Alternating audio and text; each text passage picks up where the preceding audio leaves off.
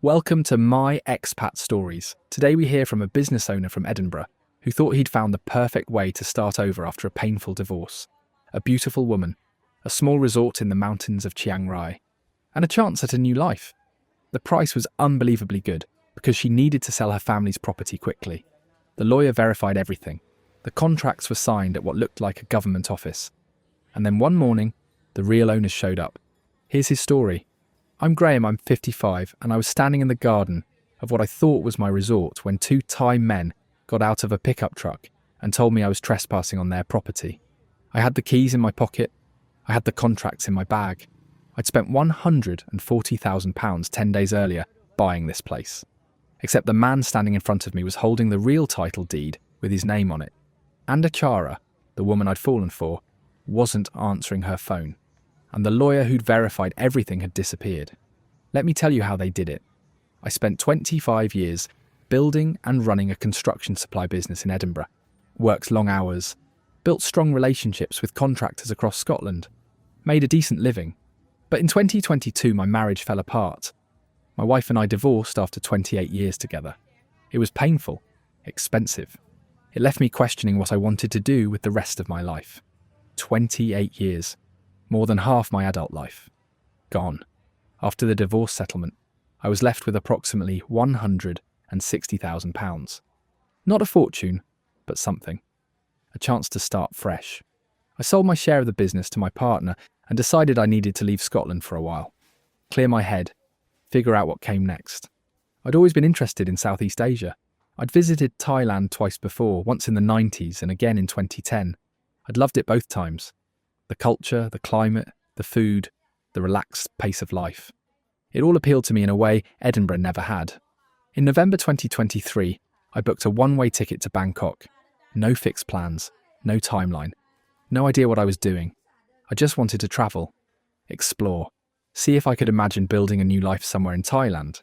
I spent 2 weeks in Bangkok, then headed north, visited Chiang Mai, spent a week there exploring the temples and night markets. Then continued further north to Chiang Rai. I'd heard that Chiang Rai was quieter than Chiang Mai, less developed, closer to the mountains and the Golden Triangle area. It sounded exactly like what I needed. I arrived in Chiang Rai in early December. The city was charming, smaller than Chiang Mai, more laid back, beautiful temples, surrounded by green hills that seemed to go on forever. I checked into a small guesthouse near the night market and started exploring.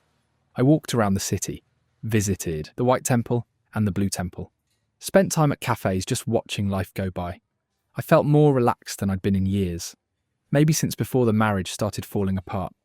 One afternoon, I was sitting at a cafe near the clock tower when a Thai woman sat down at the table next to mine. She was maybe late 40s. Beautiful. Well dressed in casual but expensive-looking clothes. She was reading a book in English. After a few minutes, she looked up and smiled at me. She said, "You're not from here." I laughed. Said no. Edinburgh. She said she could tell from my accent. Her English was excellent, barely an accent at all.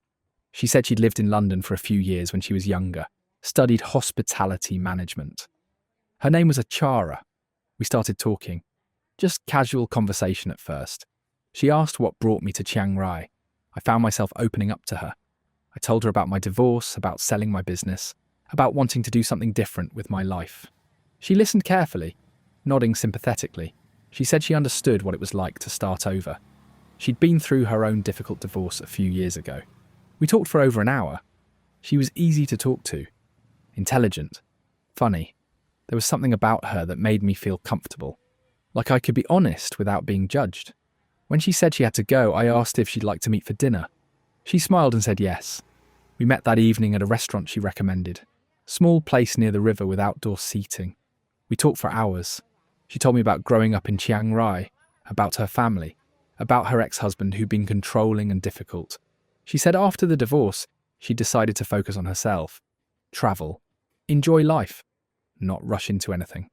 I felt the same way, but sitting across from her, I also felt something I hadn't felt in years. A connection, an attraction, something real. Over the next 2 weeks, I saw Achara almost every day. We explored Chiang Rai together, visited temples, went to markets, ate at small restaurants. She showed me parts of the city tourists never saw. We laughed. We talked about everything. And slowly, it started to feel like more than friendship. One evening after dinner, she invited me back to her apartment. We sat on her balcony drinking wine, looking out at the mountains in the distance. She said she hadn't felt this comfortable with someone in a long time. I said the same. She leaned over and kissed me. It felt like starting over. Like maybe I could build something new here. Not just a life, but a life with someone. A few days later, Achara mentioned that her family owned a small resort about 20 minutes outside the city. She said it had been in the family for years, built by her late father as a retirement project. But after he passed away, the family couldn't manage it properly. Her brother lived in Bangkok. Her mother was too old to deal with the work. The resort had been sitting mostly empty for the past year. She said they'd been thinking about selling it, but it was hard to let go of something her father had built. She said, maybe I'd like to see it sometime, just out of curiosity. I said I'd love to.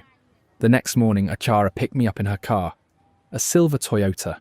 We drove about 20 minutes outside the city, heading toward the mountains.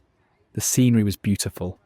Rice fields, small villages, forested hills in the distance. We turned off the main road onto a smaller dirt track. Then we arrived at the property. My breath caught in my throat. It was stunning. A large plot of land, maybe 2 or 3 acres. Gardens, fruit trees, 6 wooden bungalows arranged in a semicircle. There was a main building that served as a reception area and restaurant. The bungalows were traditional northern Thai style, raised on stilts with wooden walls and tiled roofs. The entire property was surrounded by mountains and greenery. It looked like something from a travel magazine. Achara showed me around. The bungalows were simple but well maintained. Each one had a bedroom, a small bathroom, a veranda overlooking the gardens. The main building had a kitchen, a dining area with tables, a small office. She explained that the property had been operating as a guest house for about 5 years. But after her father died, the family had struggled to keep it running. She said they'd made the difficult decision to sell. She said the asking price was 6 million baht, about £140,000. I was shocked by how reasonable that seemed. In Scotland, £140,000 would barely buy you a 1-bedroom flat in a decent area of Edinburgh. Here, it was buying an entire functioning resort on a large piece of land with mountain views. I walked around the property, imagining what it'd be like to run it. I could renovate the bungalows, improve the gardens, add amenities, market it to travellers looking for a peaceful retreat. I could live on site in one of the bungalows and manage everything myself. And Achara would be nearby. We could build something together.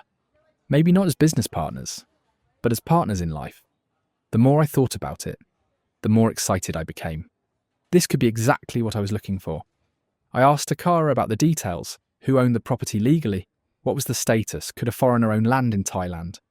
Achara explained that foreigners couldn't directly own land in Thailand, but there were legal structures that allowed foreigners to control property. The most common method was to set up a Thai limited company.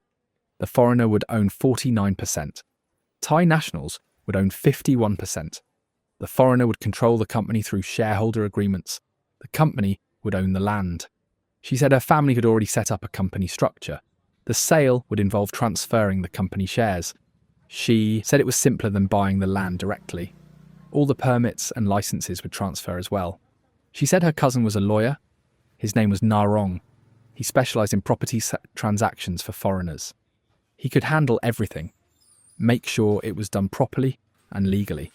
I asked if I could think about it. Visit the property again? Achara said, of course. No pressure. She said she wanted me to be completely sure. She said this was a big decision, not just financially, but emotionally. She said if I bought the property, I'd be committing to staying in Thailand, committing to this life. She looked at me when she said it, like she was asking something deeper. I said I understood, and I wanted to think about it carefully. Over the next week, I visited the property 3 more times. Each time I noticed new details that made me love it more. The fruit trees heavy with mangoes and papayas, the vegetable garden, the small pond with fish, the way the morning mist settled in the valley. The place had character and potential. I also spent more time with Achara. Our relationship deepened. We talked about what it'd be like if I stayed, if I bought the property, if we built a life together. She never pushed, never pressured, but I could feel the possibility hanging in the air between us. After a week, I told Achara I wanted to buy the property. She seemed genuinely happy. almost emotional. She said she'd been hoping I'd say yes. She said she'd introduce me to Narong, her cousin, the lawyer. He'd handle everything. We met Narong the next day. He was in his late 40s, well-dressed, professional, spoke excellent English. He explained the legal process clearly. He said he'd conduct due diligence on the property, verify the title deed, check for any debts or liens, prepare the contracts. He said his fee would be 80,000 baht, about £1,900. That seemed reasonable for the work involved. I hired him on the spot. Over the next 3 weeks, Narong kept me updated on his progress. He sent messages every few days. He said he'd reviewed the land title deed and it appeared to be in order. He said the company that owned the property was properly registered. No outstanding debts. The business licenses were valid. Everything was checking out perfectly. In mid-January 2024, Narong called and said the due diligence was complete. He invited me to his office to review the findings. I went the next day. He had prepared a detailed report, written in both Thai and English. He went through it page by page. The land title was legitimate. The company structure was correct. No legal issues. He said based on his review, he saw no reason why I shouldn't proceed with the purchase. He said the property was a good investment. That was exactly what I needed to hear. Narong arranged a meeting at his office. Achara brought all the original documents, the land title deed, the company, registration certificate, the business licenses, financial records showing the guest house's income over the past 2 years. Everything looked professional and official. Stamps, signatures, letterheads. Narong reviewed the documents and confirmed they were legitimate. He prepared the sale agreement. The terms were straightforward. I'd pay 6 million baht to Achara's family. In return, they'd transfer the company shares to me. I'd become the controlling shareholder and owner of the property. The transfer would be completed at the land office in Chiang Rai once the payment was made. I signed the agreement, my hands steady, my mind clear. Achara signed as well. Narong witnessed the signatures. I was given a copy of the signed agreement. Now I needed to transfer the money. Achara provided the bank account details. Narong said once the payment was confirmed, we'd go to the land office together to complete the transfer. I went to a bank in Chiang Rai and arranged an international transfer from my UK bank account to the Thai account. The amount was £140,000, about 6 million baht. The bank processed the transfer. I was given a receipt. The transfer would take 2 to 3 business days. I felt excited and nervous. This was the biggest financial decision I'd made in years. But everything had been done properly. I'd hired a lawyer, conducted due diligence, met the seller in person, reviewed all the documents, and I had Achara. That mattered most. 3 days later, Achara confirmed that the payment had been received. She sent me a message thanking me, saying she was ready to complete the transfer process. Narong arranged for us to meet at the land office the following Monday. I spent the weekend with Achara. We stayed at the property, sleeping in one of the bungalows, waking up to mountain views, talking about our future. She said she was excited to see what I'd do with the place. She said maybe she could help, be involved. We could build something together. I said I'd like that. On Monday morning, I met Achara and Narong at what I thought was the land office in Chiang Rai. It was a government-looking building, busy with people processing property transactions. We took a number and waited. After about 30 minutes, we were called to a desk. Narong explained to the officer what we were there to do. He presented the signed sale agreement and the documents showing the company transfer. The officer reviewed the papers, asked Achara some questions in Thai. Achara responded calmly, confidently. The officer then asked me for my passport. I handed it over. She made copies and entered information into her computer. Then she asked Narong for additional documents. He provided them. Everything seemed to be progressing normally. The officer stamped several documents and handed them to Narong. She said something in Thai. Narong nodded and thanked her. We left the building. Narong explained that the transfer process had been initiated. It had taken another week for the final paperwork to be completed. He said this was normal for property transactions in Thailand. He said once the paperwork was finalised, I'd receive official confirmation that I was the new owner. Achara gave me the keys to the property. The weight of them in my hand felt significant. She kissed me, said she was proud of me, said this was the start of something beautiful. I believed her. Over the next week, I spent every day at the property, cleaning, organising, making small improvements. repainted one of the bungalows, fixed a broken step, trimmed the gardens. I contacted the local staff Achara had mentioned. They came by to introduce themselves, seemed friendly and willing to work. I started creating a marketing plan. List the property on booking websites, improve the online presence, reach out to tour companies. I had it all planned out. Achara came by most evenings. We'd have dinner together, talk about the future. She seemed happy. I was happy. Everything felt like it was falling into place perfectly. About 10 days after the land office visit, I was at the property at trimming bushes when a pickup truck pulled up.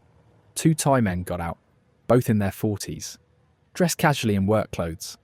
One of them approached me and said in broken English that he needed to talk to me. I asked what it was about, smiling. Assuming it was about booking rooms, he said something about the property. I invited them to sit down at one of the tables.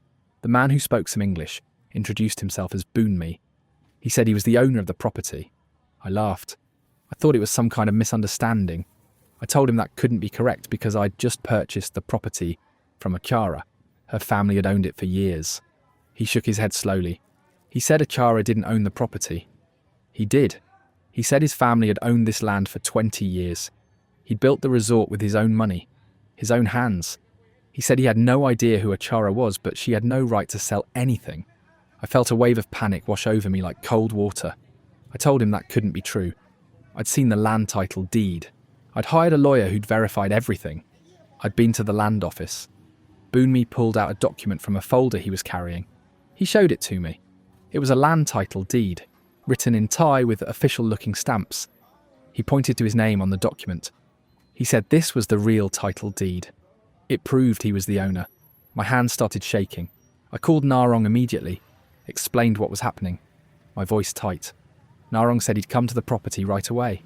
I told Boonmi that my lawyer was coming. We'd sort this out. There had to be some mistake. Boonmi seemed calm but firm. He said he wasn't trying to cause trouble, but he wanted to know why I was on his property and who'd told me I could be there. Narong arrived, about 40 minutes later. He spoke with Boonmi in Thai for several minutes.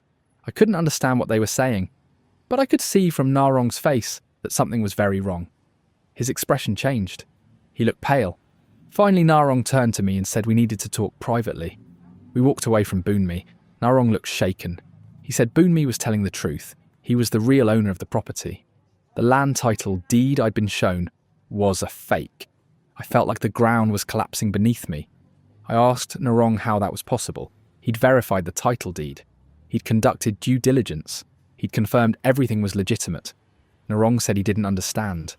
He said the documents he'd been given appeared to be genuine. He said someone must have created very convincing forgeries. He said he was sorry, but it appeared I'd been scammed. I could barely breathe. The garden around me seemed to spin. I asked him what I should do. He said the first step was to contact the police. He said I should also try to contact Achara immediately. I tried calling her. No answer. I sent messages, no responses. Narong said that wasn't a good sign. He said it was likely she'd planned this and had now disappeared. I felt sick, physically sick. Not just because of the money, but because of Achara, the woman I'd fallen for, the woman I'd imagined building a life with. Had any of it been real? Had she ever cared about me? Or was I just a target from the moment she sat down next to me at that cafe? Boonmi was still waiting at the table. Narong spoke with him again and explained the situation. Boonmi seemed sympathetic, but also frustrated. He said this wasn't the first time someone had tried to sell his property without his knowledge. He said scammers targeted rural properties because it was harder for owners to monitor them constantly. Boonmi said he lived about 30 minutes away, only came to the property once or twice a month to check on things. He'd stopped operating it as a guest house about a year ago. Too much work. The property had been sitting mostly empty since then. He said he had no idea how Achara and Narong had been able to show me around. They'd probably been watching it, waiting for him to leave. I asked Boonmi if there was any way we could work something out. I told him I'd paid £140,000 for the property. He looked shocked. He said he had no involvement in that transaction. He hadn't received any money. The money I paid had gone to criminals, not to him. He said he was sorry for my situation, but the property was his. I had no legal claim to it. He said I needed to leave and not come back. I felt devastated. I gathered my things, my hands still shaking, left the property with Narong. We went straight to the police station in Chiang Rai. I tried to explain what had happened. The language barrier made it difficult. Narong helped translate. The officer took down the information, said they'd investigate, asked for copies of all the documents I had. The sale agreement, the fake title deed, the bank transfer receipts. Everything. I provided copies. The officer said cases like this were complicated. He said it was clear I'd been the victim of fraud, but recovering the money would be very difficult. He said Ahara and her accomplices were likely using false identities. They'd probably already moved the money out of the country. He said they'd try to track them down, but he wasn't optimistic. He shrugged like he'd seen this 100 times before. He gave me a police report number, said I should keep it for my records. I asked about Narong. I said he was the lawyer who'd verified the documents. Why hadn't he caught the forgery? The officer said that was a good question. He asked Narong to show his credentials. Narong provided his lawyer license. The officer examined it, said something in Thai to Narong. Narong responded defensively. The officer turned to me, said Narong's license was legitimate, but it was possible he'd been negligent, or even complicit in the scam. He said I could file a complaint against Narong with the Thai Bar Association if I believed he'd acted improperly. I was too overwhelmed to process all of this. I left the police station feeling numb, went back to my guest house and sat on the bed, staring at the wall. I'd just lost £140,000. Nearly all of my savings. The money from my divorce settlement. The money that was supposed to give me a fresh start. It was gone, stolen by people I'd trusted, by a woman I'd fallen for. Over the next few days I tried everything I could think of. Went to the British Embassy. They were sympathetic but said there was little they could do. They said property scams targeting foreigners were common in Thailand. The legal system made it very difficult to recover losses. They gave me a list of lawyers who specialised in fraud cases, but warned me that pursuing legal action would be expensive. Could take years. No guarantee of success. I contacted one of the lawyers on the list. He reviewed my case, said it was clear I'd been scammed, but the chances of recovering the money were almost zero. He said the people who'd scammed me were likely part of an organised group. They used fake identities, fake documents. They created the illusion of legitimacy. By the time victims realised what had happened, the scammers disappeared. The money was gone forever. He said if I wanted to pursue the case, his fees would be at least £10,000 up front. No guarantee of success. I didn't have that kind of money anymore. I tried contacting Akara every day for 2 weeks. Her phone was disconnected. Her email address bounced back. She'd vanished completely. I went back to the cafe where I'd first met her. The staff didn't remember her. I went to the apartment where she'd said she lived. The landlord said no one by that name had ever rented there. I went to Narong's office. It was closed. A sign on the door said the office had been vacated. I asked the building manager where Narong had gone. He said Narong had left suddenly about a week ago. Hadn't paid his last month's rent. No forwarding address. It became clear that Narong had been part of the scam all along. He hadn't been an independent lawyer. He'd been working with Achara. The due diligence he'd conducted was fake. The documents he'd reviewed were forged. The land office visit had probably been staged with accomplices posing as government officials. Every part of the transaction had been carefully orchestrated, and I'd fallen for it completely. But the worst part wasn't the money. It was Achara. I'd fallen for her. I'd imagined a future with her. I'd let my loneliness and my desire for a fresh start make me vulnerable. And she'd used that against me. Every kiss, every conversation, every moment we'd spent together, it had all been part of the performance. I felt like the biggest fool in the world. I stayed in Chiang Rai for another week, but there was nothing more I could do. The police investigation was going nowhere. The British Embassy couldn't help. The lawyers said recovery was impossible. I'd lost everything, and there was no way to get it back. I booked a flight back to Edinburgh, returned home with almost nothing. A few £1,000s in my bank account. No property, no business, no fresh start, no Achara. Just debt, shame, and the crushing reality that I'd been completely deceived.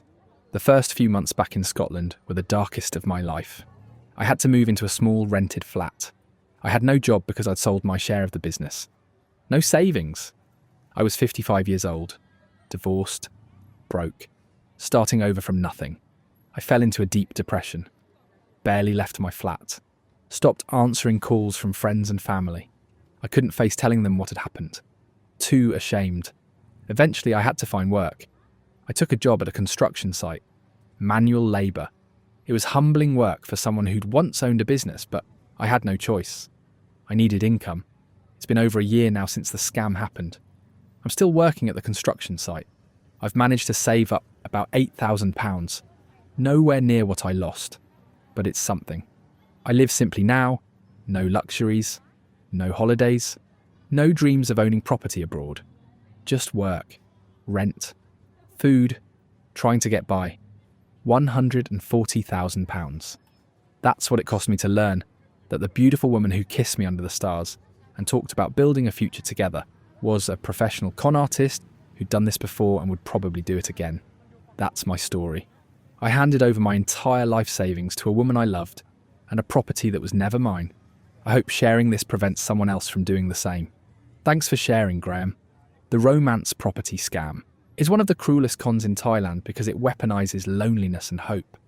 Graham lost everything to a woman who knew exactly how to make a divorced man believe he'd finally found his way out. This is My Thailand Stories. Stay sharp out there.